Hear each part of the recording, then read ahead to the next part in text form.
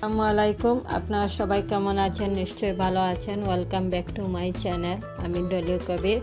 আজকে আপনাদের সামনে পটেটো দিয়ে পাকোড়া রেসিপি নিয়ে হাজির হয়েছি, যেটা পটেটো পাকোড়া।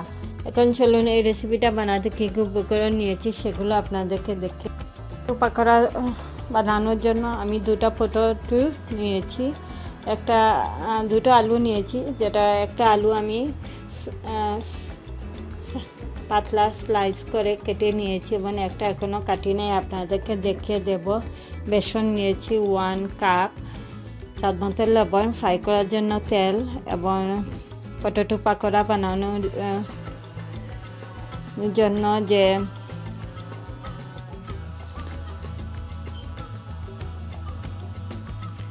এখানে নিয়েছি আমি half teaspoon chilli powder, half teaspoon turmeric powder, half teaspoon রসুনের পাউডার এবং হাফ টিস্পুন আদা পাউডার এবং হাফ টিস্পুন বেকিংয়ের পাউডার। এখন প্রথমে আমি আপনাদেরকে আলুটা কিভাবে কাটতে হবে সেটা দেখিয়ে দিচ্ছি।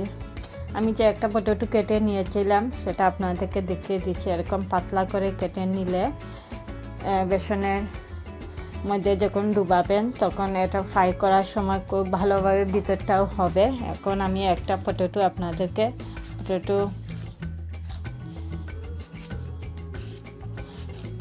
পটেটো পিলার দিয়ে এটাকে ছুলিয়ে তারপর আপনাদেরকে দেখিয়ে দিচ্ছি কিভাবে এটা পাতলা করে আপনারা কেটে নেবেন পাকোড়া বানানোর জন্য।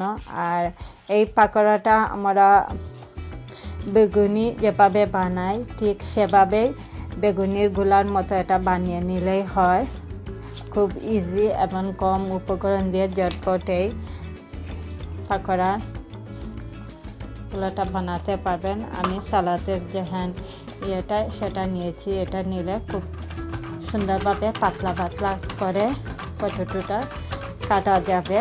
আপনারা চাইলে ছুরি দিয়েও পাতলা করে এটা কেটে নিতে পারবেন। এই দেখুন খুব সুন্দরভাবে পাতলা করে আমি এগুলোকে কেটে নিয়েছি এবং একটা কিংবা দুটো পটেটো দিয়ে অনেকগুলো পিস বের হয় এবং অনেকগুলো পাকোড়া বানানো যায়। আমি আলু পটেটো পাকোড়ার এখন গুলোটা রেডি করছি। আমি 1 কাপ বেসন নিয়েছি, নিয়ে এটার মধ্যে হাফ টিস্পুন বেকিং পাউডারটা দিয়েছি। বেকিং পাউডারটা আপনারা পছন্দ মতো দিলেও চলবে, না দিলেও অসুবিধা নাই, কারণ এটা পাকোড়াটা ফোলার জন্য হাফ টিস্পুন হলুদের পাউডার এবং একটু স্পাইসি হওয়ার জন্য হাফ টিস্পুন লাল মরিচের পাউডার, জিঞ্জার পাউডার এবং গার্লিক পাউডার এবং স্বাদ মতো লবণ দিয়ে খুব ভালোভাবে এগুলো মিশিয়ে নেব।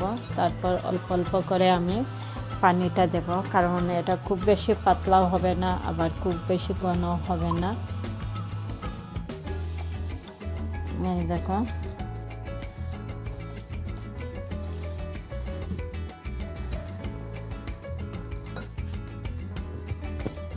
খুব ভালোভাবে নেড়ে নিয়ে আমি গুলাটা রেডি করে নিয়েছি। এই দেখুন পানিটা পরিমাণটা খুব দিতে হবে এবং এই পানিটা খুব বেশি গরম হবে না, নর্মাল পানি।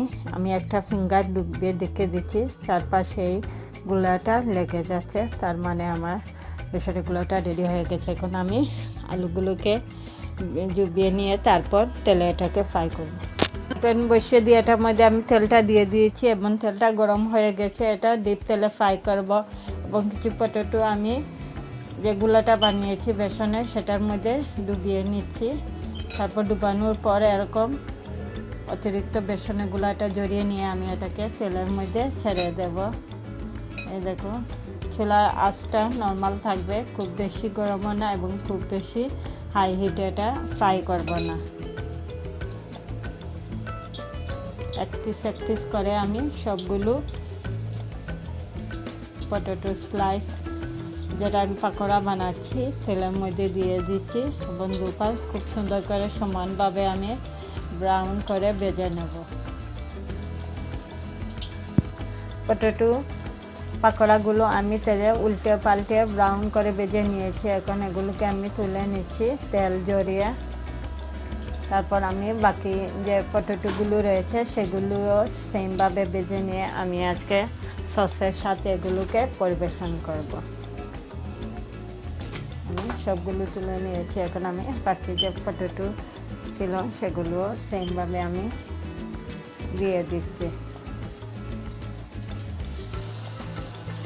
বাকি যে পটেটোগুলো আমি দিয়েছিলাম তেলের মাঝে পটেটো পাকোড়া, সেগুলো মোটামুটি ব্রাউন করে আমি ভেজে তুলে নিয়ে আপনাদেরকে পরিবেশন করে দেখিয়ে দিচ্ছি। পটেটো পাকোড়া রেসিপিগুলো রেডি হয়ে গেছে, আমি একটা প্লেটের মধ্যে নিয়ে নিয়েছি। দেখুন দেখতে যেমন সুন্দর, খেতেও খুবই মজাদার, বাইরের সাইড ক্রিপসি এবং ভিতরের সাইডটা নরম। আজকে আমি এই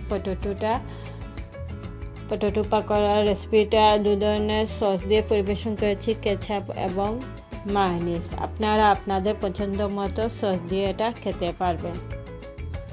আমি আপনাদেরকে একটা পটেটো ভেঙে দেখে দিচ্ছি। দেখুন উপরের দিকটা ক্রিপসি এবং ভিতরের দিকটা নরম। পটেটোটা বয়েল হয়ে গেছে। এটা খুবই মজাদার পাকোড়া রেসিপি। এটা চাইলে রমজানের ইফতার রেসিপি কিংবা বিকালের নাস্তায় সসের সাথে আপনারা খেতে পারবেন। এই পটেটো পাকোড়া রেসিপিটা বড়রা এবং ছোটরা সবাই খেতে খুব পছন্দ করে। বাসায় অনেক সময় বেগুন না থাকলে আলু দিয়ে এই পটেটোর পাকোড়া রেসিপিটা খুব সহজে বানিয়ে নিতে পারবেন। সবাই ভালো থাকেন, সুস্থ থাকেন। ইনশাআল্লাহ খুব শিগগিরই আবারও আমি নতুন রেসিপি নিয়ে আপনাদের সামনে হাজির হব। আল্লাহ হাফেজ।